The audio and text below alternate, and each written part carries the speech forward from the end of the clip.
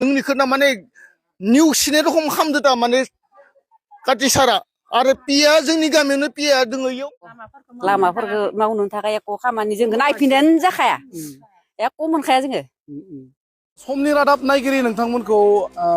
फिन बरायफिनबाय दा बागानपारा हालामनिनो गुबुन दाबसे गामि थालकुसि बे थालकुसि ओनसोलनि रायजो राजाफोरा फैगौ आसाम बिधानसभा बिसायख'थियाव तामुलपुर बियाबनिफ्राय सोरबादि बिजाथिखौ लुबैयो नैबे मादैमोन बाजैमोननिफ्राय मिथिना लानो नाजागोन फैगौ 9 खालारावनो बिधानसभा बिसायख'थि आगोलाव नोंथांमोना बरमा समस्थियाव भट होयोमोन नाथाय देग्लाय तामुलपुराव होगोन सानै बर'नि गोगोम दैदेनगिरि दङ प्रमद बर' आरो बिश्वजित दैमारि सोरबादि बिजाथिखौ फैजानो लुबैयो जोंहाथ' दा इ गोदानखौनो आरो इ बिबारखौनो होगोन आरो दैमारि नामा खुगायाव थाङा इखौनो होगोन आरो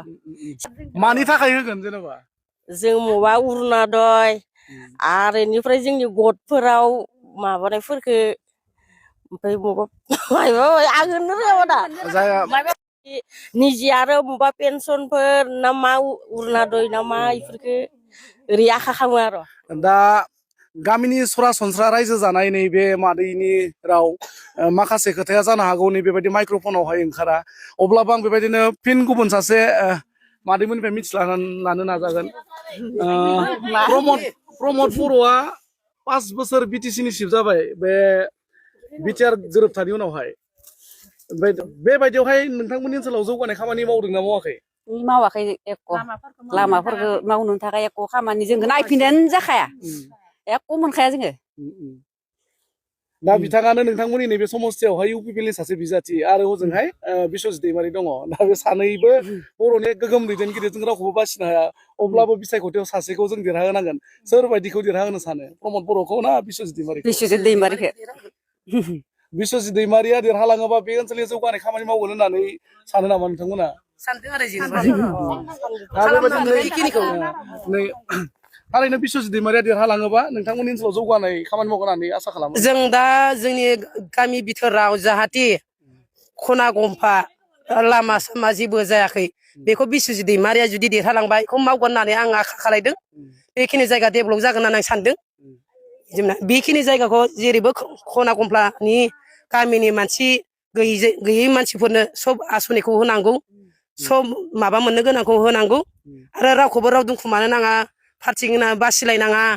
बेफोरबादिखौ आं माबादों आरो जेनेबा बुंदों सोरबा बेलेगाव दं सोरबा बेलेगाव दं बेफोरखौ बासिलायनाङा आरो लामाखौ बेनो एसेनो होआ जोंल' लागोन बेफोराव खालायनाङाथों आरो ओंखायनो आं बेफोरखौनो बिश्वजित दैमारिखौ खुलुमदों आरो जेनेबा भटखौ बेनावनो होगोन देरहालांथों बेखिनि गामिनि बिथोराव सब खामानिखौ मावलांथों होननानै आं आखा खालायदों आरो प्रमद बर'आ बिटिसिआव 5 बोसोर सरकार सलायलांबाय नोंथांमोननि ओनसोलाव जौगानाय खामानि मावाखै जोंनि ओनसोलाव दिनै जेबो खामानि मावाखै दिनैलागै गोरिब गुन्द्रा जुदि थाङोबा बे गोरिब गुन्द्रानोबो जेबो दिनैलागै जेबो जासिनायबो गैया होनायबो गैया कातिरामा नोंथांमोननि नैबे समस्थिनिनो एमसिएलएमोन थांनाय सरकारनि कातिरामाबो एमसिएलएबाबो जोंनो जि दिनैलागै गामिनि जेबो मावाखै जोंनि जायगा एरियायावनो थालकुसि एरियायावनो दिनै पिए दङ बे पिएआबो दिनैलागै जोंनि गामिनि ओनसोल खना गंफा रायजोफोरनि लामाबो मावाखै गरिब दुखियाखौ दिनैलागै दासिमबो नायाखै ओंखायनो जों बिसोरनि सलायनायखौ जों साबजानाय मोनाखै आरो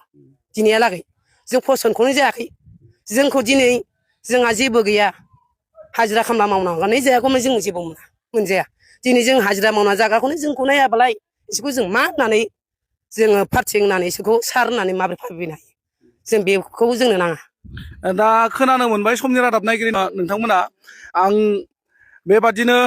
गुबुन सासे नैबे गामिनि सरासनस्रा रायजो जाग्रा आदा मा फोरमायगोन बिसायख'थिया फैगासिनो दङ दा आं दा मा बुंदो दा माने इयाव थारमाने गामिनि पिए दोङो माने काति सारना एकाव दा माने लामा डेभेलप खालामाखै माने ओइ द्रप होनांगो बान्दो जानांगो बान्दोखौ खैबार नायफायगोबाबो एख' जायासै थारमाने खैबार नायफागो माने खनबा जादों खोमा नायफायनाया काति सारा फैनानै नायफायबाबो एख' माने दिनैखौ लागै माने खिथिनो हायासै जोङो दा बान्दोआ मा बान्दो बियो इयाव द्रप होनो लागा दोङो खैबार नायफायबाय जायगानि नामा जायगा थालकुसि थालकुसि थालकुसि 1 नम्बर थालकुसि ओमफ्राय 2 नम्बरा इयो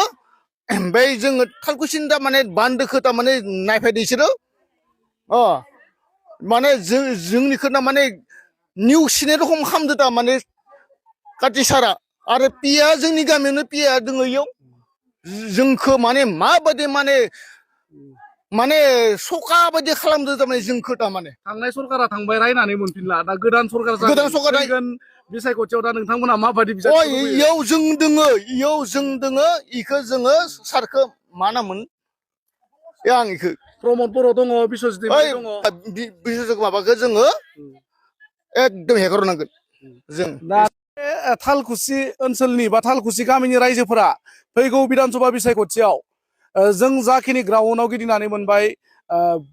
एनडिएनि बिजाथि बिश्वजित दैमारि बिथांनो भट होनो थाखाय थियारि जानायखौ जों नुनो मोनदों बेबादिनो जोङो बे ओनसोलनि माखासे गामियाव रायजो राजानि गोसोनि साननायखौ मिथिलांनो थाखाय नाजाबावगोन दा आं बेखिनियावनो दोनथ'बाय गोजोन्थों।